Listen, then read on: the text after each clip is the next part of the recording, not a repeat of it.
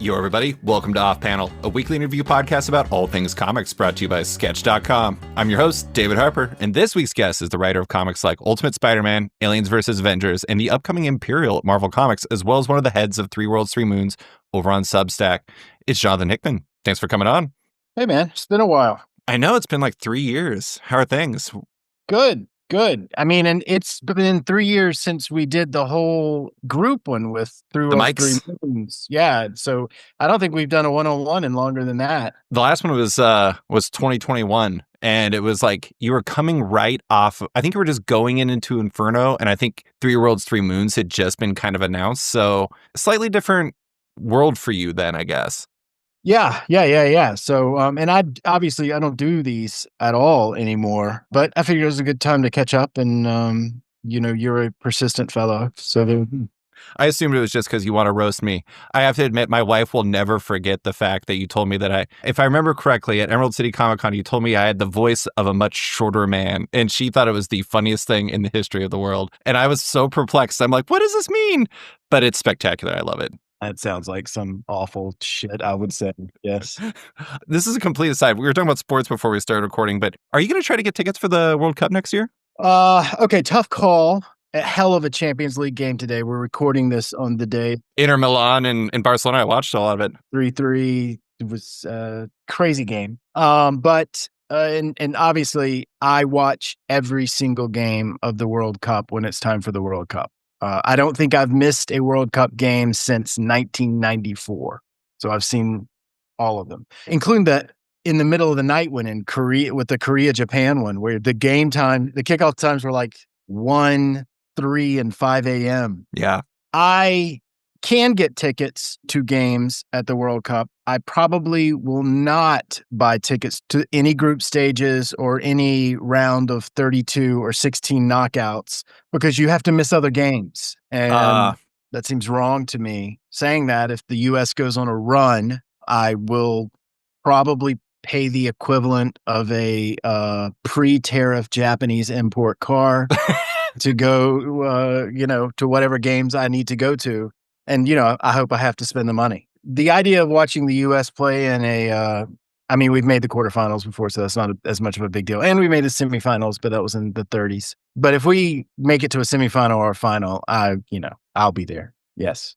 I would sass you for the fact that you've not missed a single World Cup game, but I haven't missed an Indiana Pacers basketball game in something like 15 years. So I can't really talk. Yeah, I mean, I figured that you would try perhaps just because it's a once in a lifetime thing. And I think there's a regional kind of close to you, right? Like some of the games are going to be in Atlanta. Atlanta's hosting. I probably would drive up to Charlotte, jump on a plane, and go to Miami to go watch games. Unless it's a specific game that I want to watch in Atlanta. But, I will be eating as much World Cup as it is humanly possible for someone to eat. And if I get the joy of going to a game, and listen, don't misunderstand me. It doesn't have to just be the U.S. for me to get a wild hair up my ass and pay a bunch of money and go watch the final. But, we'll see. I've always been a Dutch guy personally, to be honest. I love the Dutch. Yeah, I mean, I Marco van Basten, Ruud Gullit, Frank Rijkaard, like the 88 Dutch team that won the Euros in Germany. I love that team. And God, I'm so old. But I have obviously kept up with Holland since then. But they remain a incredible team.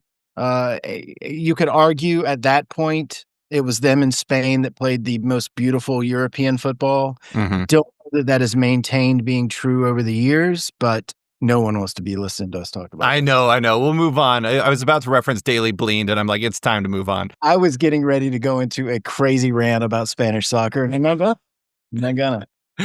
All right, we're going to talk about some of your projects in specific here in a bit, but I want to talk about kind of where you find yourself right now, not preparing for the World Cup, but in comics. You have Three Worlds, Three Moons, which is like your freestyle jazz comics domain, the Concept Jam universe, basically. You've played around with new ideas and characters and gods. You've toyed around with crossovers with the delightful, probably the only person who's going to call Aliens versus Avengers delightful, but the delightful Aliens versus Avengers. And then you have like artist-centric projects in Doom and Wolverine Revenge, and then have launched or are launching new universes and Ultimate and Imperial's not a universe, but side of the universe. Where are you at these days? Are you in an experimentation phase, or are you just kind of always in an experimentation phase? You're asking me this on a day where I don't feel that way, right? Sure. Because I'm getting books ready to go off to press and all of that kind of stuff. And I would say that my last couple of projects have felt more, the old Hollywood saying, you do one for them, you do one Oh, for yeah. yourself, Yeah. except it's really do five for them, do one for yourself, is the real math or whatever. I feel like I've been doing a lot of projects for the good of the company and the market and the stores and all that kind of stuff. Don't get me wrong, I don't do books that I'm not at least interested in doing or want to do or whatever. And I love that Aliens Avengers book. That's a four alarm fire banger kind of book. I love working with Assad. That book is so much fun. Clearly, we're having a good time with the Ultimate Universe stuff. But I have been doing a bunch of projects that feel like this is good for the company. This is a project that I promised to do, kind of thing. And I'm definitely at the place now where I'm getting ready to start working on some projects that are more in line with wild, wild swings. Hmm. Like, I don't think anything that I do is technically safe, but I feel like I have been doing safer projects, and I'm getting ready to do some pretty wild stuff. So I'm going to get back to that in a second. I think one of the reasons why it kind of stands out right now is because we're used to having these like Avengers and New Avengers. Avengers and New Avengers was like two stories that are one that's like massive and runs for years and results in Secret Wars. And so it's like this big thing. Fantastic Four, same thing. It was Fantastic Four and FF, yada, yada, yada. House of X, Powers of 10, etc. And you're kind of always working on these big single tracks that are really two books that are one, basically. And now, like, I listed off, what, four projects? And there's other projects around there. And I think that's part of the reason why it stands out is like, I mean, you talked about it's like five for them, one for me. It feels a little bit different than usual for you because you're kind of, I don't want to say parachuting in on projects, but it kind of feels like you're doing these short stints that is kind of atypical for you. yes, I think that's true. Like, take Ultimate Spider-Man, for example. I was not supposed to do that book. Chip was, right? Well, forget about that. Even before then, the Ultimate crossover thing that I did with Hitch, I was not supposed to do that book. That was Donnie was going to do that book, and he had been kind of working on it in the background over the years, and he had some stuff go on, and they asked me to come in and help, then take over, and obviously I took it in a different direction, and I was like, a big thing that I do for the company right now is I try and give them a tree to hang some branches off of. Yeah. Right. So the Ultimate Universe works that way. This Imperial thing is going to work that way, where when we're done with it, three or four other writers can come in and they can kind of pick up a book that's already moving forward. Like, it doesn't have to start from an origin point. Like, that's kind of my job, is doing the origin point, and so that they're moving with a little bit more velocity right out of the gate. And so, we've been doing those kind of projects as opposed to me sitting down and doing something like House of X or Powers of 10 or the Avengers New Avengers thing, where I'm coming in to tell a really, really big story that is, for the most part, even though it's inside of Marvel continuity, it's self-contained and it's kind of evergreen and it's taking really, really wild big swings. And so that's the difference there. You're not wrong. You're not wrong. When you said big swings earlier, like you're going to take some, is that more Marvel big swings or your own big swings or both? Oh, no, I mean creative big swings. Yeah. I think you can take really, really big swings on Secret Warriors, right? Or something like that. Like, so I don't mean get on the biggest book and try and sell the most copies. That's, I've been selling a bunch of books for a really long time now. I'm happy that people read the books. I'm happy that Marvel makes money and all of that kind of stuff. But that's not the thing that excites me at all. Sales. What I care about is it a kind of a, how much of a singular creative piece of art is it, and did I hit it really, really solid? And I know that's a little bit ambiguous, but that's kind of how I feel. I mean, it's kind of interesting because like Imperial, I don't know if that fits in like the big swing thing, but it's one of those things where it's like Like I did an oral history of Annihilation, or I talked to Keith Giffen and Andy Schmidt and Dan Abnett and Andy Lang and everybody like that. And the space Marvel or cosmic Marvel or whatever you want to call it's been kind of in a weird place. There's been good books. Like I really liked Al Ewing and Juan Cabal's Guardians of the Galaxy, but it's been a bit since it's kind of been a real focus.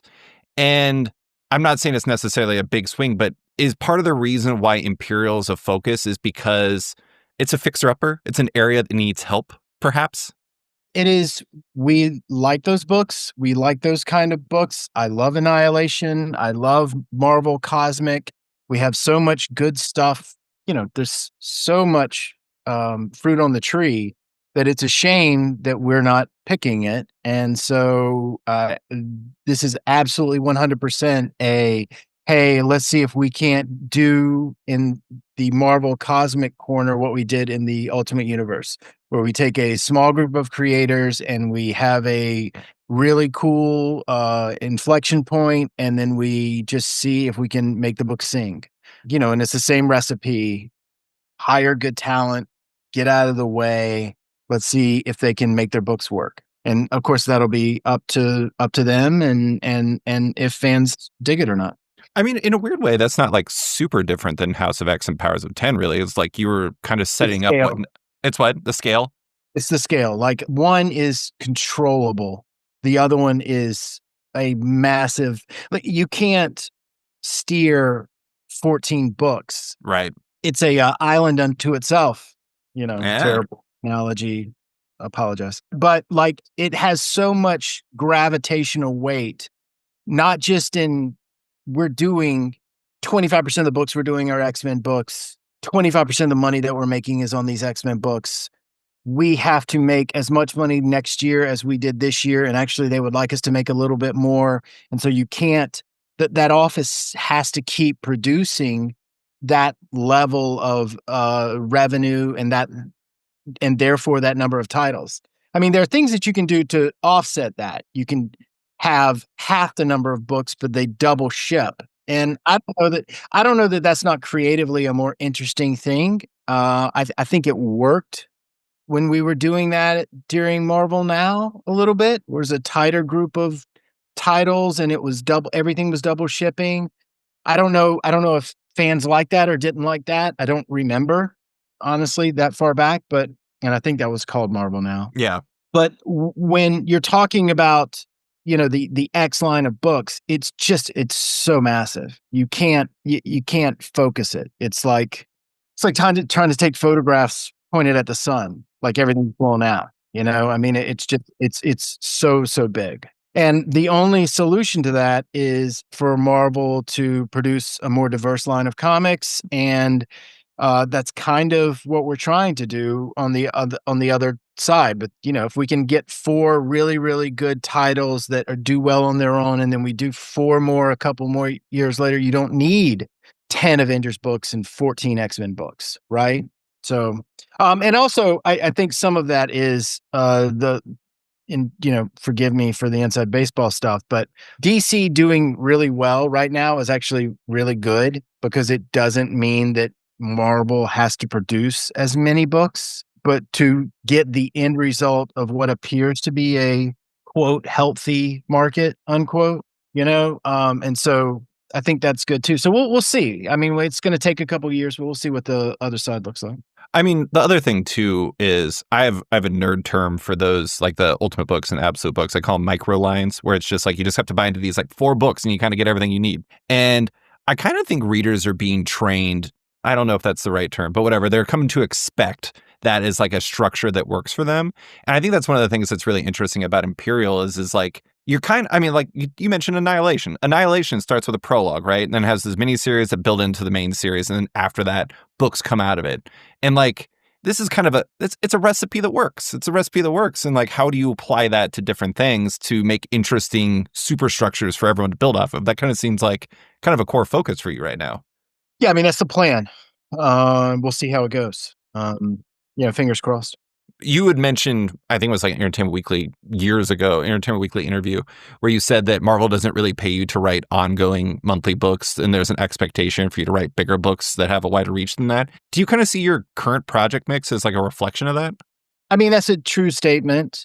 in the extent that if I'm doing a book, it needs to be selling well. Right. For the most part, we've been able to do that. I don't think that there's any shape that has to take. Like something is either wildly succeeding or it's not. And if it's not wildly succeeding, Gods, for example, Gods started as a TV show.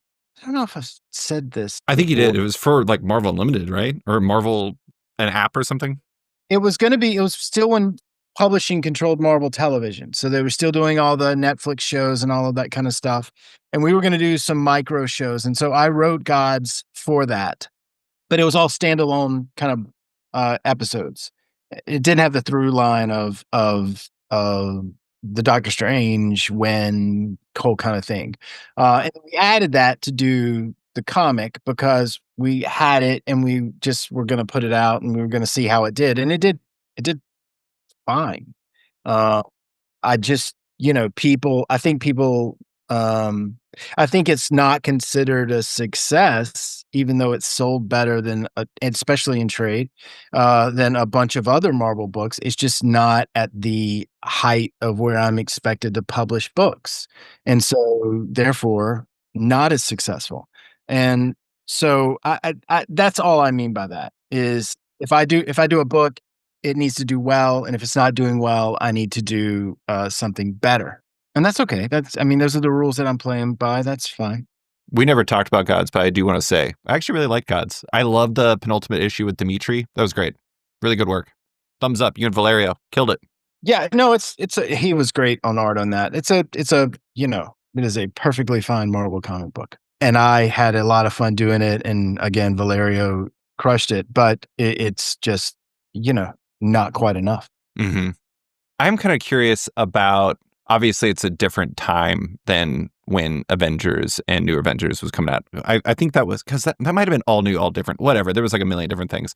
It was a much different time for Marvel. It was a much different industry. It's also different than when House of X and Powers of 10 was. Because of where things are, do you feel like you have to think about what you're doing differently because of the way things are today? Because it is like, it's much more mini-series oriented today than it was back then. You talking about how everything relaunches all the time and No, I'm not even just that. It's just like not even from a relaunch standpoint. There's just a lot of miniseries, and like that's not just a Marvel thing. There's a lot of Image miniseries. There's a lot of Boom miniseries. There's a lot of DC miniseries.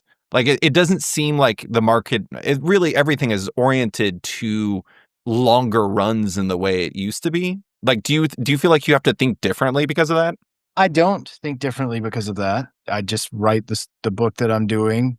I don't know how else to do it. I mean, I know the difference between a short story and long story, obviously, but Right. I don't. If I set out to do a book that's an ongoing, I don't think about, oh no, what if it, gets canceled at 10 or something.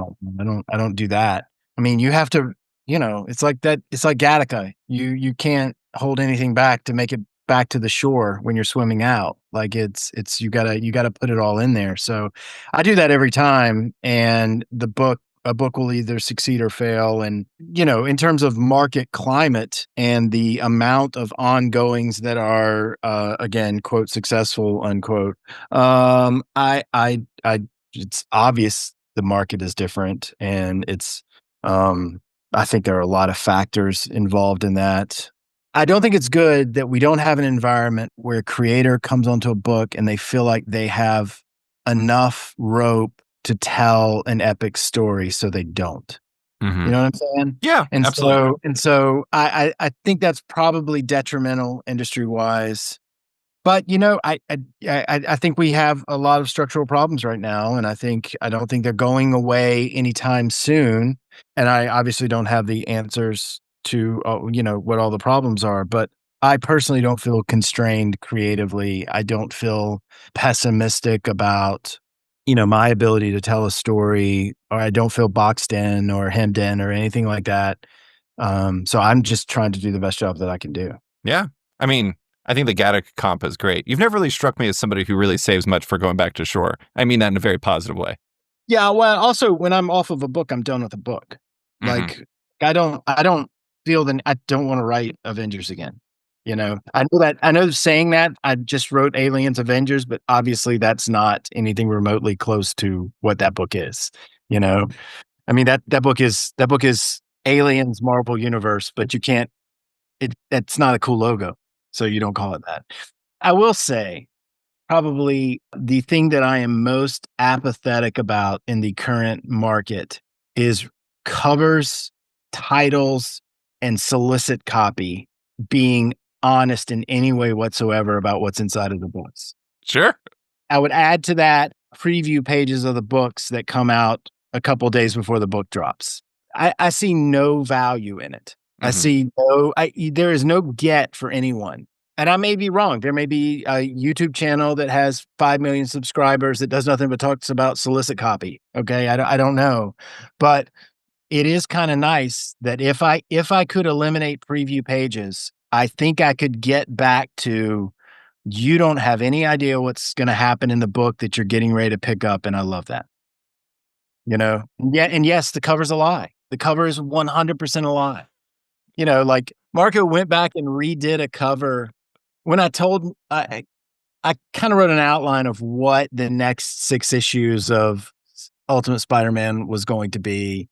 And, so that's what the office is working off of. And, of course I leave out stuff that I don't want the office to know, or I don't want, because I want the editors to be surprised and delighted when they read the scripts when I turn them in. I don't want them already being prepared for what they're going to read. How else can you replicate the experience of a person picking up the book for the first time, right?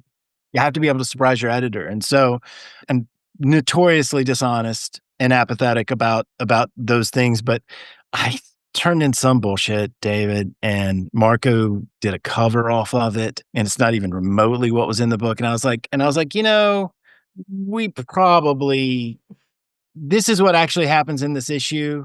You guys all just found that out. This cover is, I say leave it on there because it doesn't have anything at all to do with, it's like a Christmas special in June or something like that. Like it's just. Was this like the recent one? No. This is, it's a bad analogy. Yeah. It's a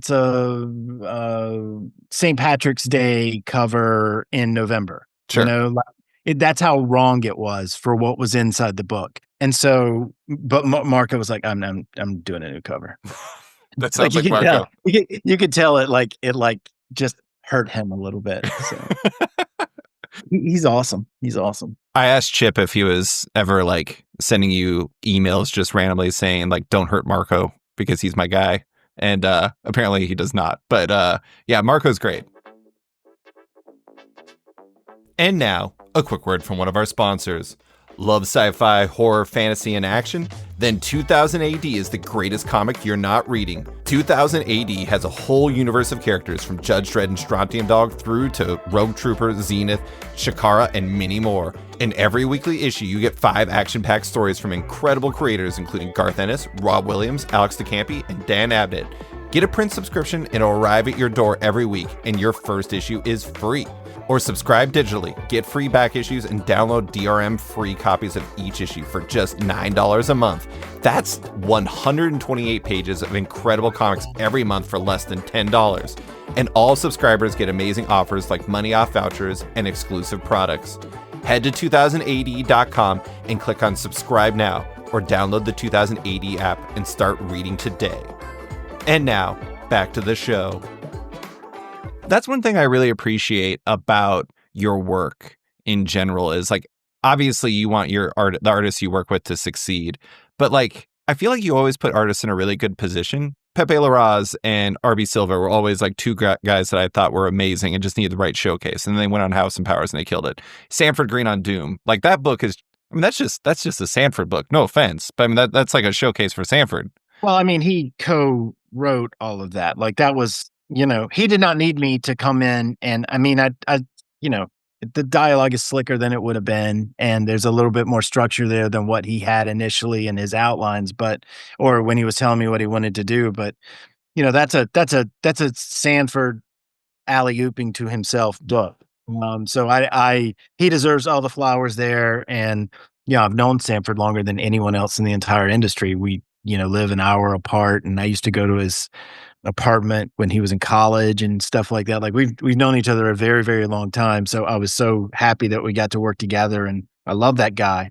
And he's been around and been successful for a really long time. So I don't know that that's a good example of that, but I think a writer has a responsibility to know the work of the people that he's working with and understand how to set them up to strut. And if you're not doing that, you're failing at part of the job. And it helps that I can draw a little bit and I understand, what I'm looking at when I'm looking at their art. But if you're going to be a good comic book writer, you need to be able to set up your guy to be the best version of themselves that they are, because they're the ones doing the really laborious stuff here. I mean, don't get me wrong, they don't spend all day in a room talking to themselves like a crazy person. Like working with your hands, while a show is on or a podcast is on or while you're zooming with your friends and all that kind of stuff. A lot of those guys are mentally way healthier than the writer class of the comic book industry. And so it's not all roses on that side, but like you gotta set your guy up to succeed. If you're not doing that, you're hurting yourself. I don't even understand it. So I want to talk about a few specific projects. You brought up Aliens versus Avengers again, so I'm going to start with that. Also because I love it. I love the Alien franchise. I assume that you have some sort of affinity for it. I'm a Ridley Scott super fan. So yes. I mean, I've loved it for a very long time. I don't know why the Weyland-Yutani Corporation just feels like its aesthetic jives with you. I don't know. Is that an insult? I don't know if I should be saying that like Weyland-Yutani compliments you well, but it kind of feels like it does. It's my people. They're my people. Of all your projects, it's simultaneously my favorite right now and also kind of seems like the most unlikely. I never expected you to do a versus book, but as you noted, it is a fib. It's not exactly Aliens versus Avengers. How did that come together? Why did that come together? I got asked to do that like 3 years ago. We were doing a deal, meaning Marvel. Marvel was doing a deal with the Fox film side, studio side. And so they were going to be able to do Predator books, Aliens books. They were going to be able to do X-Files books. They were going to be able to do, there was one other one too, and I can't remember what it was. But they were like, we want to make a big deal out of this. We want, you to do one of these. And I was like, yeah, I mean, I know exactly what I do right now. Like I got it.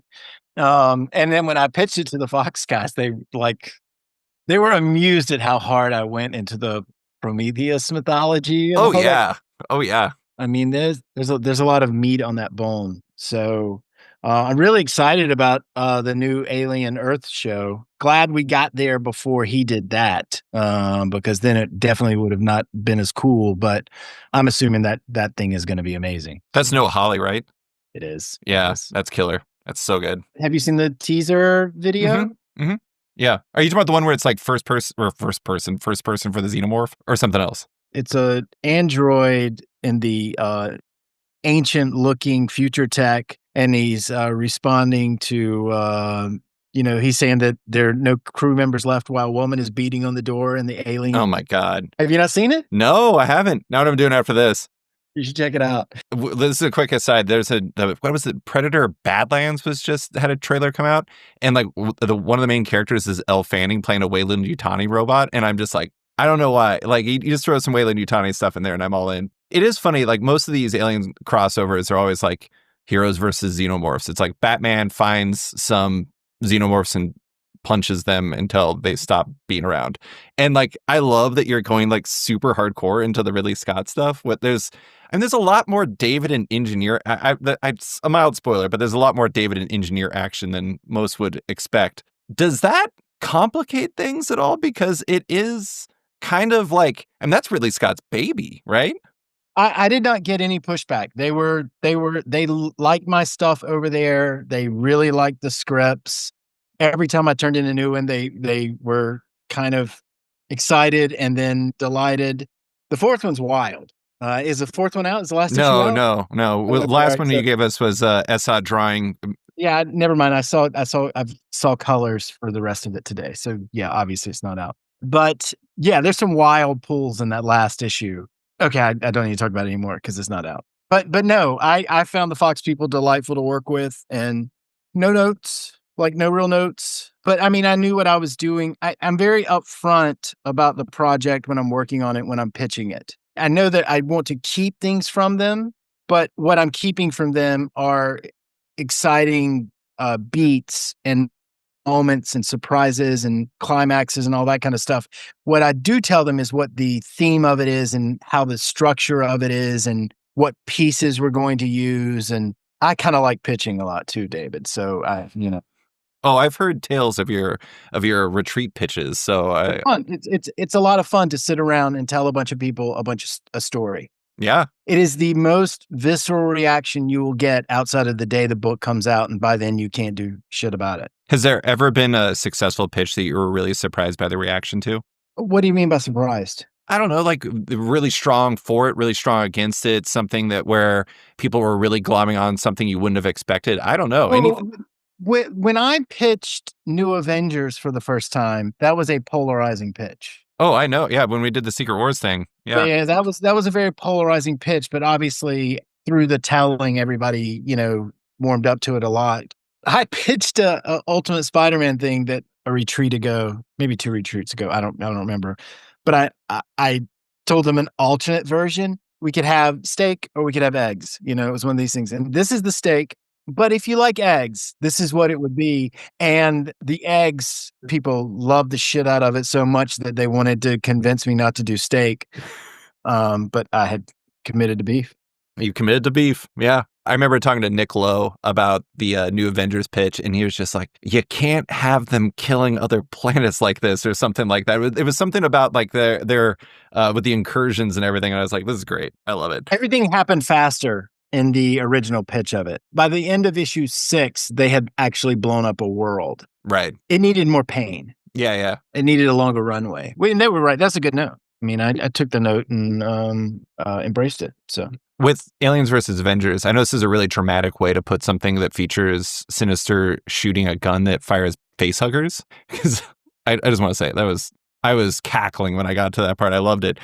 I've said this publicly and I've had people agree with me. It kind of feels like, in a weird way, the conclusion to your larger Marvel stories in some ways. Am I just reading way too much into that? Or is it kind of how you think of it in some ways? Well, I'm always self-referential, of course. So I'm always mining my own continuity to make my previous books matter more. Like it's just kind of a good move, a solid move. That's a funny thing. That book came out and absolutely nobody accused me of. Nobody got the reference. Which reference? It's the gun that shoots facehuggers. Like nobody got the reference. I was referencing a Matt Fraction comic book when he was writing The Punisher, 2007, 2008. Yeah, yeah. And it's a Punisher book that's probably not in print. I don't know, but there was a thing where he was buying a gun from a weapons dealer or something like that, and he picked up the gun and he was like, "What is it?" And the guy was like, "It's a gun, Frank, a gun that shoots swords." And we all laughed about it for forever. And so I don't think anybody got the reference at all. Yeah. Except probably Matt. If Matt read that book, he would absolutely know where it came from and would chuckle. But if you haven't read Matt Fraction's Punisher series, there's a lot of Stiltman abuse in that one. So oh, believe me, I read it. Like second issue was like his funeral or like a wake or something. I don't know. It involves the bar with no name, and I'm pretty sure like everyone dying in it. So yes, I'm very familiar with that run. Besides the gun with swords or that fires swords, I didn't know about that. It is funny though, because I know you're self-referential, but it's Aliens versus Avengers. I kind of joked it was like Hickman's Marvel The End. You remember when they used to do the End books? Yeah, it kind of felt like that in a weird way. It's like, this is what would happen if I just finished the universe. Yeah, sure. There's a little bit of that in there. So Imperial, that's you, Federico Vince. Actually, I should say Esad Ribic is the artist of Aliens versus Avengers, and he's the man who brings the glory of facehugger guns to life. Imperial's you, Federico Vicentini, Ibn Quello, looking to team up to launch that new era of Cosmic Marvel or Space Marvel. It was funny. I one time called it Cosmic Marvel, and Al Ewing was like strongly emphasized it's Space Marvel. It's setting up the foundation for what's next for all of that. Why didn't he say that? Like what? He said Cosmic Marvel is like with the I don't know, like the living tribunal and like eternity and stuff like that. He's like, that's cosmic. Space is when they're just going around in space. And I was like, all right, that's fair. You're a big space superhero guy, right? Like you love 5 years later, the Legion stuff at least. Does the space side of Marvel speak to you? Sure, I love that stuff. Yeah, Yeah, I mean, I'm some of my favorite X-Men books were them jaunting off to space. I've always had an affinity for it. I have to be careful because that book is like a Russian nesting doll. So we're being very careful about what's actually inside of it. But it is a tapestry woven together of all that stuff. So I'm sure some people will, like an X-Men book where everybody thinks they're individual titles, disguised as a team book kind of deal. I'm sure we will have notes from people wanting to know where the Society of Raptors are at or some kind of nonsense like that. absolutely. One of them may be the editor in chief of Marvel. We're covering a lot, but more importantly than that, we're setting it up so that a lot more gets touched on when we're coming out of it. So, Yeah. I mean, that is one of the interesting things about it is there's just like, I'm not interested in asking you about specific details. The book is for the specific details, but I think it's an interesting space. We talked about this a little bit earlier about how it's kind of not been fully utilized. It is kind of amazing just how much there is out there. I mean, like space is rather infinite and there's a lot of opportunities. And it's not the same as X-Men where it's like it's never going to become 14 books. But I mean, was it the Society of Raptors? I'm not familiar with the Society of Raptors, but I mean, there could be like people who are. isn't that like Darkhawk or whatever his name is? Or Oh yeah, I forgot. I don't know. Darkhawk. I forgot that he had like a whole bunch of other versions of that. But how did that come together? Is that something? Do you pitch on something like that? Is that something they pitch you on? I was asked to do this book. It was like, hey, we wanted to elevate all of this stuff. Anybody have any ideas? I had ideas. Did you see any of the guesses people had what it was going to be based off of the teasers? No, no. What is? Everybody thought it was going to be a Sam and Bobby book. Oh, because it has the same title as the. Okay, sure, sure, Yeah, sure. Yeah, I just reused the title because I like the title a lot. It's not the Imperial book that we were going to do. That I was going to do in the second act of my X-Men stuff. No, it's not that at all. I don't see myself doing any more X stuff. I mean, I did the Wolverine thing with Greg because Greg wanted to do a Wolverine book, right. but I don't see myself doing any more X stuff anytime soon in the same way that I don't see myself doing any more Avengers stuff. I took a good run at it and said some things that I needed to say, and what happened. So I always kind of wonder. I remember when Bendis left Marvel, and I think I forgot what there was like a lot of conversation about like why he was leaving and stuff like that. And I remember just kind of thinking, I was like, he's kind of written everything. Like I don't know how often you want to go back and do the same thing again because you already said what your story was. Like, what is Bendis going to say on Spider-Man that he didn't say on Ultimate Spider-Man? I don't know. yeah, well, I mean, bad example because he did do two Spider-Man books, and one turned into Miles Morales stuff that has turned out to be massive and huge, right? Right. But yes, I understand exactly what you're saying. What would a second run at Avengers be? I think who cares? I had a pretty good Avengers run. A lot of people read it. A lot of people bought it. The books are still in print and all that kind of stuff. I think if I got announced as the Avengers writer tomorrow, everybody would go, "Who gives a shit?" I strongly disagree with that. Okay, so maybe some people would care, but okay, so if the question was, "Hey, Jonathan is going to do another run on Avengers or another run on Fantastic Four. Do you think it will be better and more epic than his initial run?" I don't think people would say an overwhelming number of people would say yes. No, probably not. So you're like you're just plus I said like everything that I needed to say about it. Yeah.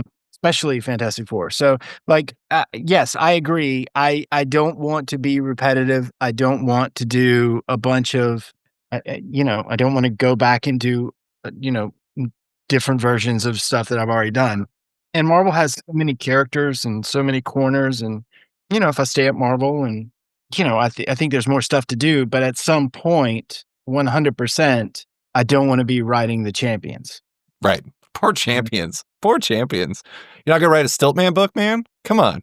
Well, I mean, the problem there is I could write the best Stiltman book ever, and I don't think it would sell any copies. So We don't know that for sure, to be fair. sure, we know if I did it, but I don't think it would be one of those things where I know. I know. I think that there are wild swings you can take on doing a book that no one is expecting, that does not exist or hasn't existed in the way that it does right now, and you have make an amazingly successful book. Like I do believe that. Like I do believe that you could take.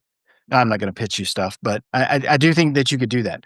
But I don't want to be repeating myself. I have zero interest in that. So Yeah, and honestly, like when you said like I don't think people would be excited about you taking on Avengers, this is a weird cachet to say you have. You don't talk publicly a lot. You don't really like promoting your stuff. You don't have a lot of like. You try to not have solicits and stuff like that.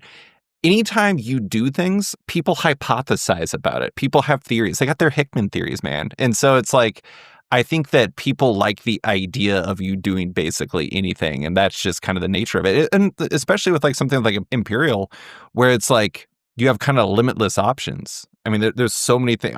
When it was announced, I was really surprised there was Hulk stuff in it. But also when I saw it kind of coming together, I was like, that makes sense. Sakaar, yeah. You're working with Tom on that, right? Tom Brevoort? Brevoort, yeah. Yeah. I'm in that office for that. It, is that your first larger project with him since Secret Wars? I mean, I think it has to be. Yeah. Because you did Full Circle, and I think you did The Gods. He did Gods. Okay, yeah, there you go. I remember because I talked to both of you for that Secret Wars piece, and I don't know, it just seems like, do you just jive well with Tom? Does he just kind of fit the way you approach story? I am a professional, and I like to think that I get along in some way with everybody that I work with up there. All the editors have different strengths and weaknesses, just like I do. But I of course have a special place in my heart, as small as it is for Tom, because he gave me my first real gig over there at Secret Warriors. Bendis really got me that gig, and Tom was cool with it. But then Tom put me on Fantastic Four. I mean, he's the guy who took a real gamble on me and put me on a big book. And I find him to be. We actually talked about it a little bit on that Fantastic Four podcast that we were talking about earlier. But with me, I find that Tom always makes a book better and never makes a book worse. And that's the highest compliment that I can pay to an editor. Mm-hmm. He doesn't waste your time. He doesn't want to talk about the dogs and the cats or whatever you got going on in life. He makes comic books, and I'm sure that bothers some people. I appreciate that we're doing business when we do talk on the phone. So I loved working with Jordan. Just one of the nicest, most collaborative people that I've worked with at Marvel. I mean, just a real joy, and I love him to pieces. I've been working with Will Moss. I had never worked with him before, and I find him to be really good at his job. Yeah. I can't think of bad editorial experiences that I've really had at Marvel. Mm-hmm. I haven't really had bad editorial experiences across the board. I know that there are nightmare stories out there, Right. I'm kind of a business first guy, and that makes it a little bit easier. I was ready to go the day I walked in the door. It's not about anything but making good books for me. So I'm sure that has a lot to do with it. And now, a quick word from one of our sponsors. Oni Press presents a monstrous new milestone in the immortal legacy of the one and only EC Comics with Blood Type #1 this June. Crawling out of the pages of EC's best-selling anthology, Epitaphs from the Abyss, Hugo Award-nominated writer Karina Becco and superstar artist Andrea Sorrentino are biting deep for EC's first-ever standalone horror series. Meet Ada, an immortal vampire who's just washed ashore on a tropical island paradise, teeming with wealthy tourists and superstitious locals. The perfect getaway for a cunning bloodsucker with nothing left to lose. But as Ada stalks the boundaries of her new hunting ground, she'll soon become embroiled in a deadly game of cat and mouse by moonlight as an older, wiser, and entirely different kind of monster reveals that this island is already spoken for. Pre-order with your local comics retailer by May 19th and look for Blood Type #1 in comic shops everywhere, June 11th, only from Oni Press and EC Comics. And now, back to the show. I did want to ask about Ultimate Spider-Man. You talked about how you kind of came in on that after Donnie. You did all that. You got Ultimate Spider-Man. Chip told me he was originally going to be the person he was pitched on doing it, but he thought it should be you. I think the interesting thing is like, I think sometimes people have an idea of who creators are. I remember somebody saying like, I don't know if Hickman is like, I'm sorry to say it. Basically, it was like, I don't know if he's got like the humor and the warmth to do a family book like that. And it is kind of different than things you've done Does it feel different to you? Like, or does it just feel like you kind of embracing a different side of you? I did like a Zoom with a college class a couple days ago, or a couple weeks ago or something like that. And one of the students asked me, he's like, "Why your writing feels different than a lot of other writers. It feels more plot heavy. It feels same stuff that you're talking about, right? It feels more big swings, more plot centric and not character centric and all of that kind of stuff." And he's like, I don't think he was asking what's wrong with you or anything like that, but he was like, "Why?" Yeah. And I hate to answer the question because it is the most predatory thing that I ever say about how my mind works in terms of being a professional comic book writer, okay? But it's very straightforward why I write things the way that I write them for Marvel, okay? I walked in to the industry needing to succeed and obviously being a methodical person to a certain extent.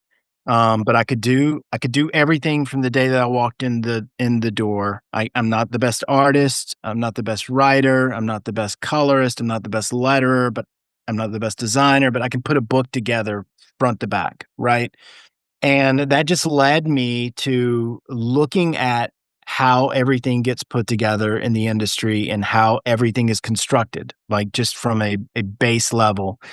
And, as soon as I was in the industry and looking at what everybody was doing, and more importantly than that, as soon as I started working at Marvel and I looked at who the writers were and the kind of stories that they were doing and what was being delivered there, it was very obvious that there was a giant hole in this is a guy who makes watches versus this is a guy who does internal monologue and self-examination and character-centric stories. And I was right. And I had early, unexpected success doing that kind of stuff. And I then became the guy who does that kind of stuff. And other people try to do it, but I remain a little bit better at it than most people. And it's just me filling a giant void in the kind of writers that there are. For every one guy like me, there's 5 people who can do character writing. And it's listen, the same thing is true in Hollywood. Like, when you're talking about the structure of a season and how you put together that kind of stuff or how you superstructure a, a story, like, even the language that other writers use to describe what's working and not working, it's all very one-point perspective, and that's great. I love that stuff, and I love writing that stuff. But there's not a giant vacuum in which I can succeed and make money for my family in the way that there is for whenever I write plot-centric, giant, epic stuff. And so I have continued to do that. I think if you look at my independent work, of course, it feels a little bit that way because I don't want somebody to pick it up and not see any of the stuff that they like. I'm not trying to not pitching steaks and giving them eggs, right? Yes, this is a Jonathan Hickman comic, but if you read it, you can see that there's a whole lot more anima to it than there is from the character side in my indie work than there is in my other stuff. But when I get the chance to do that kind of stuff inside of my Marvel work, of course I do it, and I love to do it, and it's fun to get to do it, and I'm pretty good at it also. It's not I am a this kind of writer. It's really more along the lines of this is what the company needs, and therefore I fulfill that need at a level that most other writers aren't going to be able to. Yeah. And so when I say predatory, obviously I don't mean I'm a monster, but I do mean that it is incredibly calculated and very specific. And it is weird how people think that I have a certain type of personality Yeah. based on my writing, which is hilarious to everybody who actually knows me. But so be it, so what? Yeah. I don't know. It is kind of funny too, because that person asking that question is interesting because, like, if you read your work, there's tons of character stuff in it. I mean, like Ultimate Spider-Man, here's a good example. I kind of feel like Ben and Jonah are your favorite characters to write. I could be wrong about that. Well, they're fun. Yeah. It's the 2 old dudes from the Muppet Show. I like the issue where they went to a bakery and Jonah got mad because they didn't have sandwiches. That felt like you were really in your bag there. Yeah, well, it's very my grandfather. So One question about the Ultimate Spider-Man book and Ultimate Universe in general is, I think one of the interesting things about it is, I mean, like, there's literally like a timeline, right? The Maker's coming back. Like, I don't even know how many months it is, like 10 months, 12 months, something like that. I got today's issue. I haven't actually read it yet. Do you have to write the series with like a clock in your mind to some degree because of that? no, I mean, I knew how what I did was going to end the day that I started the first issue. From the start, you had the whole thing figured out. Yeah, yeah. And so I know, where I'm going and therefore, what road to take and all of that kind of stuff. But I just wanted to see if the month by month thing would work. And I think it kind of works. I'm sure some people are frustrated with it because you don't get the compression of cliffhangers and then picking it up the next day and then grinding it on and 6 issues taking place in 2 days. Like you don't get any of that. And that's a thing that we do a lot of, especially as Marvel continuity has gotten hyper extended from what it's supposed to be. Hmm. Fantastic Four, oh, I guess the big one is Professor X should have been in World War II also, or whatever. Right. So like as the Marvel timeline has gotten more, I'm gonna say screwed up, but that's not what I mean. Yeah, yeah, yeah. Hyperinflated, hyper deflate, whatever. But as that has happened, you see more and more of that, which is this issues 1 through 24 of The Punisher take place over a weekend in Sarasota, Florida with child predators or some kind of nonsense like that, right? Yeah, yeah. A Garth Ennis special, right? A very special Garth Ennis Punisher. So this almost feels like a hyper opposition to that. And I don't know that it works. I mean, it works well enough, but I don't know that it works well enough to keep doing or to replicate in other books. And again, we couldn't do this in the X-Men because it would mean that everybody's 2 years older at the end of issue 24. Right. Right. And that doesn't work. People don't like the characters getting any older or anything like that. So I think it's an interesting experiment. I think it is probably something that we won't do again. I'm guessing that people will pick up whatever cues from it that they should, like what we learned that worked, and they will throw the rest in the trash that didn't work. But I think when you get those books and they're in a hardcover, and it's the 2 years in between the origin of the Ultimate Universe and the Maker coming back, I think you'll be able to read those books and they'll read fine. Yeah. I mean, I kind of like the idea of something that is a complete story. I mean, I'm not saying that's necessarily like the end or something like that, but it's like you start with the Ultimate Invasion and then you go to like the Maker coming back, and that's something we don't necessarily, I don't know if real time, like, we don't get that month by month slice building up to it. And that's one thing I appreciate about your stuff is, while like that, some people kind of feel like they know what you're going to do, you kind of always do things a little bit differently each time. Like there's always like a little bit of experimentation in what you do. And I find that to be really fascinating with the Ultimate stuff. I do think that that's like one of my superpowers, if you will, is that I do give people what they think they wanted in a way that they were not expecting it. Yeah. That's it. That's the thing that I consistently do. And so that means even if something is telegraphed, you get it in a way that you weren't, it still delights you because you weren't expecting it to mean what it means or come across the way that it was, or as it did. My favorite, speaking about the year, the month by month thing. Did you read Starman? James Robinson? Yeah. Yeah. Right. So every time they would have the black and white issues, where his dead brother would come back. I love that. I love that. But that right there feels like something that you can't do anymore in modern comics. Let a year pass. And so I do think that there is something that we're losing in the hyper constricted timeline that we do. I think it hurts storytelling in a little bit of ways. But I mean, I do think that that's kind of, I don't want to make this a Peter and Mary Jane thing because frankly, I don't give a shit. But I do think that that is one of the things that people as they age, it's like they want to see themselves reflected in the book to some degree. And so it's like when they are kind of hyper constricted, you kind of lose some of that. But Well, I do think okay, speaking about Marvel and DC and the differences, I think that DC fans do get because they have rebooted so often, they do get their generation's version of Green Lantern or their generation's version of Flash, right? Like without a doubt. And I think that works for DC. What they lose is the hyper density of the ongoing continuity that Marvel has maintained. So I actually don't know which one of those is better anymore as we get further out from the genesis of the modern age of comic books. I don't know which one is better. They both have strengths and weaknesses. I think they're different flavors. I was getting ready to pitch you a book, and I'm not going to do it. Okay. I got a bunch of patron questions. I'm curious, which two projects do you think they asked about the most? I'm just fascinated to see what you would guess. Oh, I'm sure that people still ask about X-Men because of how it ended. That's one. And then the other one, I have no idea. Black Monday Murders. Oh, sure. Same answer.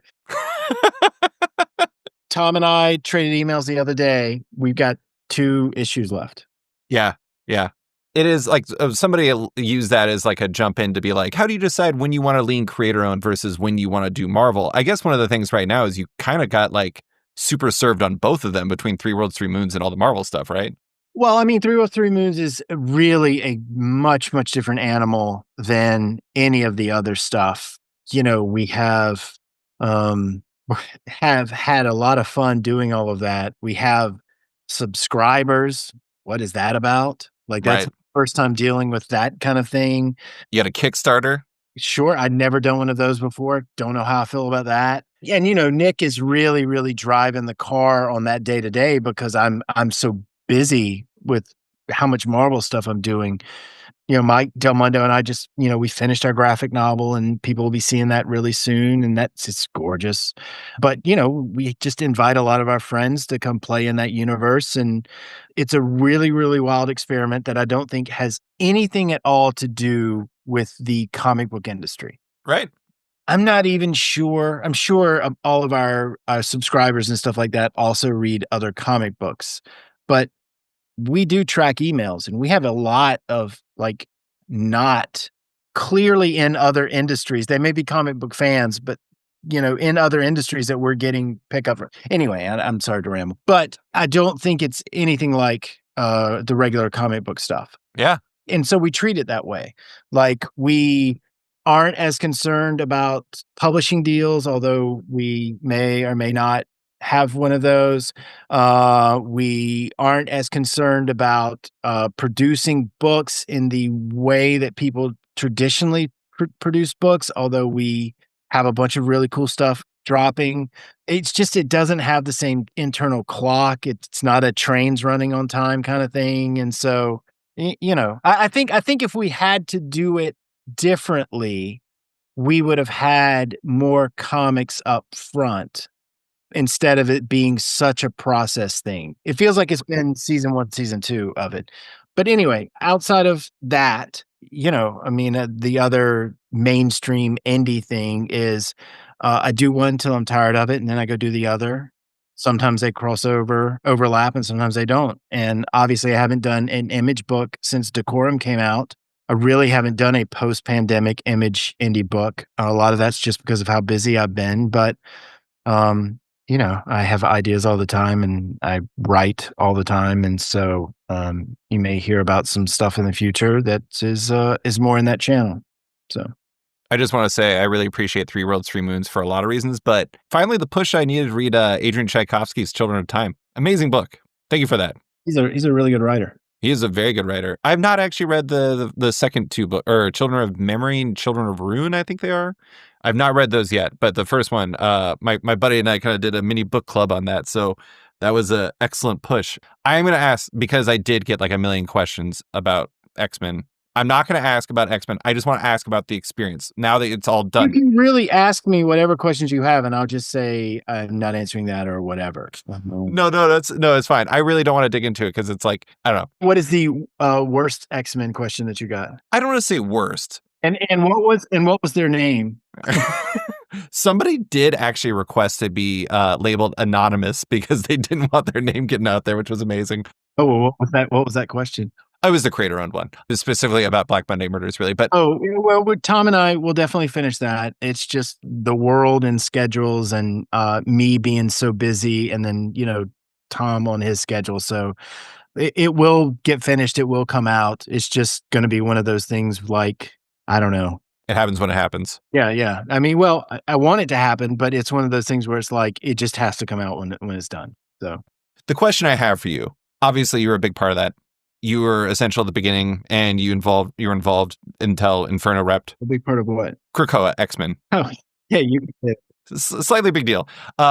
Now that it's done, what's the big thing you carry with you from it? At least as far as what made it special. Was there something that really stood out about that experience overall to you? I've said this multiple places at this point, and I'm sure it's private and public, but it is the most disappointing creative experience that I've had because I didn't finish the story that I set out to do, which is a cardinal sin and a total bummer. Saying that, my head working the way that it works, I have tried to reverse engineer how it could have worked.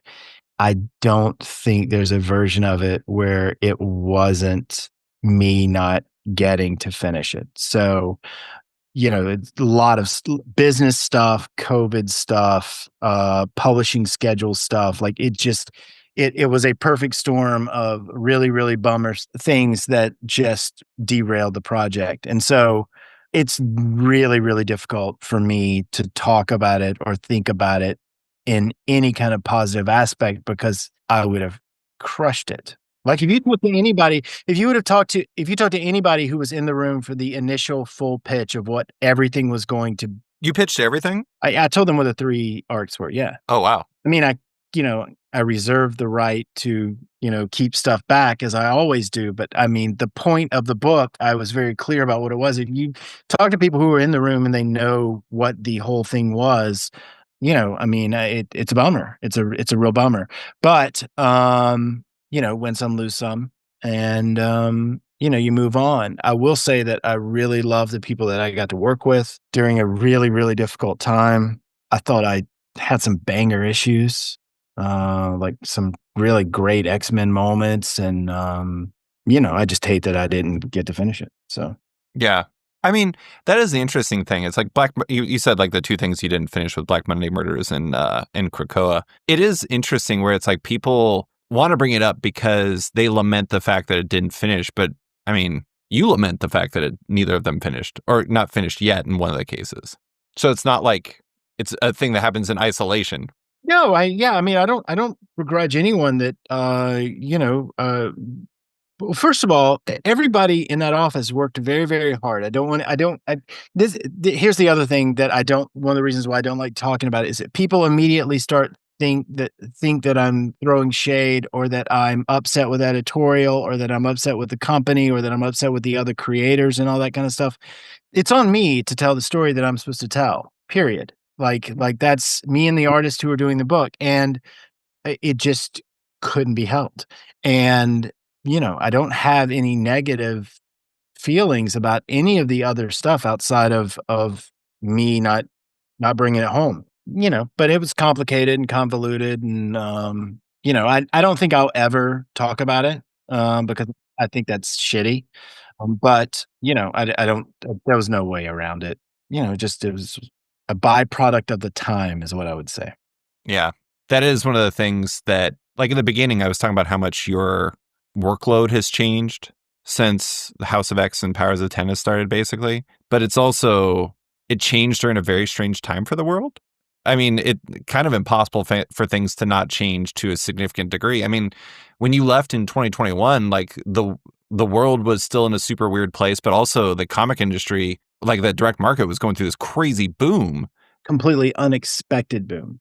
Yeah. I mean, people were like, is this the end of the direct market? Instead, it's like, is this the greatest time ever for the direct market in like a 6-month span? Which is, anyways, I mean, I guess what I'm trying to say is like, there's no way for things for you and for everyone to not change just because there was so much change around it. Yeah. And listen, the House of X still sells really well. That trade does great. People will still read that trade years from now. And so, I'm super thrilled with the work that went into that and how it came out and all of that kind of stuff. It's just the stuff that was coming after it was cooler, believe it or not. And it just bums me out. So. Yeah. All right. Last question for you. We've talked about where you're at these days. You're doing a bunch of different things, but like, it's very easy to get burned out. It's very easy to like kind of lose the passion. Like, how do you keep things fresh for yourself as a writer at this point? Well, generally speaking, I say no a lot. So if something doesn't excite me, I don't say yes.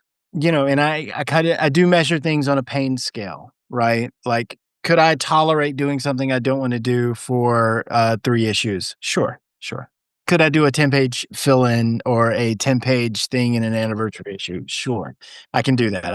I will. I don't want to do this, but I understand that we need to do the anniversary issues, and you need 10 people to write a thing in it. And so, yes, I'll write a 10-page story, no problem. But if it's a project of any real commitment, months and months of commitment, I don't say yes unless I'm excited or if I don't have a story. I would almost never accept an assignment if I did not have what I thought was a good swing. There are times where you're just writing a comic book every month, and after 3 years, you just have to say, I'm not doing this for the next 6 months. Don't call me. Don't bother me. I have to do. I'm a creative person. I have to do something new, for the next little bit, and I 100% will do that at the drop of a hat. I don't have any trouble setting fire to what I'm in the middle of, or what I've just finished, and walking away because it's time to do that. All of my favorite creators do that, and so I think it's really important. Like, if you're not jacked to sit down, you can't be jacked every day. This is life. But if you're not jacked to sit down and create what you're supposed to be creating, you're doing it wrong. You're on the wrong gig. You need to quit. You need to make a change. I understand you got to pay the bills. I do too. You either have to find the magic, or you have to go on a quest, and find something new. So those are basically the rules for myself. If you get itchy, run for the woods. So. So earlier you were talking about how Marvel pitched you on Imperial, like, would you like to do this? And it was like, yes. And then you're saying that you sometimes say no. Is that a pretty instinctual thing for you? Is it like immediately you're just like, I know? The way it goes is, hey, Jonathan, what would you do here? And I'm like, well, I think I would do this, right? Mm-hmm. And I will tell them what I think the story should be. I don't answer those questions. I don't pitch books where I'm talking about who is on the roster or what the aesthetic is, although that's obviously super important to me. I pitch stories. Like, and if I don't have a story, I don't care. Like, I don't care, And I also, as I've gotten older, I don't waste time. All right, this is kind of a lie. I'll say it and then but like, I don't waste a lot of time thinking about stuff that I don't have. I don't waste time pining after somebody else's job. I've never done that. Like, I've never wanted somebody else's book. I think that's a real kind of bitch move to do. But I don't waste a lot of time doing that. Saying that, obviously, if something sparks, I write it down and I will think about it for an hour or two, and make my notes and all that kind of stuff. And then if it comes back, like, I have reoccurring, like, House of X was a reoccurring idea that I had for 6, 7, 8, 9, 10 years. Right. So this story just kept continually ticking along in my head. I don't ignore that instinct of when I feel like creative about an idea or a character or whatever, but I don't hunt for it. If it happens organically, I also don't shut it down. So. I mean, it's like a mix between spark and opportunity. It's like if the opportunity comes up and you already feel that spark, or you can get to that spark, then that's a winner. I think so. I think that's fair. Yeah. Well, I just want to say personally, very glad that spark hit with Aliens versus Avengers. I like your other books. Don't get me wrong. I'm not trying to downplay any of the other ones, but it hits like a thing for me, and I can't even speak to why it does so much. But anyways, I don't want to go back into Aliens versus Avengers. Jonathan, that is all I have for you. Thank you so much for coming on to talk about all your projects, everything you got going on, and everything else. I really appreciate you taking the time.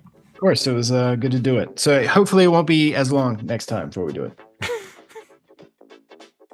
Thanks for listening to this week's episode of Off Panel with writer Jonathan Hickman. You can find his work in Ultimate Spider-Man, Aliens vs. Avengers, and the upcoming Imperial Marvel, as well as 3 Worlds, 3 Moons on Substack. As per usual, big thanks to Deanna Chapman for editing this week's episode. Love Off Panel, want to support it? Subscribe to the podcast on Apple Podcasts or Spotify today and give the show a rating or review while you're at it, but 5 stars only. You can also support the show by backing it on Patreon. Find the show at patreon.com/offpanel. And when you back it on there, you get early access to each week's podcast as well as weekly content and more. Want even more? Subscribe to my Eisner Award nominated subscription comic site Sketch at sketch.com for long form articles, interviews, and the rest of the site's content. You can find Off Panel and Sketch on social media by following on Blue Sky and Instagram or following me on Blue Sky and Instagram. Big thanks to all my existing patrons, including Aaron Bussey, AC, Simon Birch, Austin, Scion, Megan Marsden, T.S. Luther, Comic Book Couples Counseling Podcast, Scott Carpenter, Gus, Menkay Frygeist, Saunter, Brian, Chris Robinson, David Byrne, Milton Lawson, Benjamin Wilkins, Chris Hacker, John Neesmith, John Auerbach, Dustin Weaver, Brandon Heyman, Aiden Hammond, Faith Aaron Hicks, Ben Rowe, Cameron Brown, Jonathan Breen, Charlie Stickney, Tom Drennan, Jeremy Thomas Burke, Jared Schwab, Scott Dunn, Chip Mosher, Seth Pomeroy, James McEwen, Andrew Lehman, Christina Merkler, Scott Place, Travis Gibb, Darcy Van Polgees, Tom Evans, Reed Beeman, Kelly Sudaconic, Max Wood, Jeremy Lambert, Brian, Near Levy, Jason Hussa, Kieran Gillen, Jonathan Kent Eurotam, Henry Johnston, Dennis Hoffman, Jingo Broren, James Tyner IV, Chris Langford, Jason Wood, Tom Peachy, Ben Domstead, Rom V, Nick Walker, Patrick Coyle, Isaac Oren, Klaus Vandeven, Subben Industries, Jack Mulqueen, Carl Kerschel, Robert Masella, Elza Chartier, Luke Nakashoji, Dr. Luke, Scott Hazelwood, Canadian by Proxy, Bradley Rader, Carl Troy, Brandon Pillis, Patrick Brower, Declan Shelby, Dan Garino, Adam Freeman, Ben Wild, Brian Klein Q, Liana Kingus, Nick Bennett, Susanna Polo, Reed Hinkley Barnes, Mario Tiambang, Robert Wilson IV, Andrew Carita, Stefan Holt, Philip Myra, Chris Pachala, Torrin Grunbeck, Fuzz Bubbles, Christopher Todd, Transmitter Down, Walt's Comics and Books, Akil Wilson, Alex Demetriopoulos, Terry Dodson, Wesley Gift, Sean Kirkham, Julio Anta, Brett A. Schmidt, Jason Goodmanson, Paul Reinwan, Vita Ayala, Akil, Philip Seavey, Al Ewing, David Kelly, Jason Massey, Adam Bogert, Matthew Taylor, Nick Patera, Jacob Sorelli, Ford Gilmore, David Brawley, Nick Hall, Bjorn Basin, John Hendrick, Ian Maxfield, Cliff Chang, Colin McMahon, Adam Heifel, Fiona Staples, Mark Abnett, Michael Shirley, Tom Barnett, Jim DeMonacos, Norbert, Nick Lowe, James Kaplan, and Mission Comics Art in San Francisco. You guys are all the best.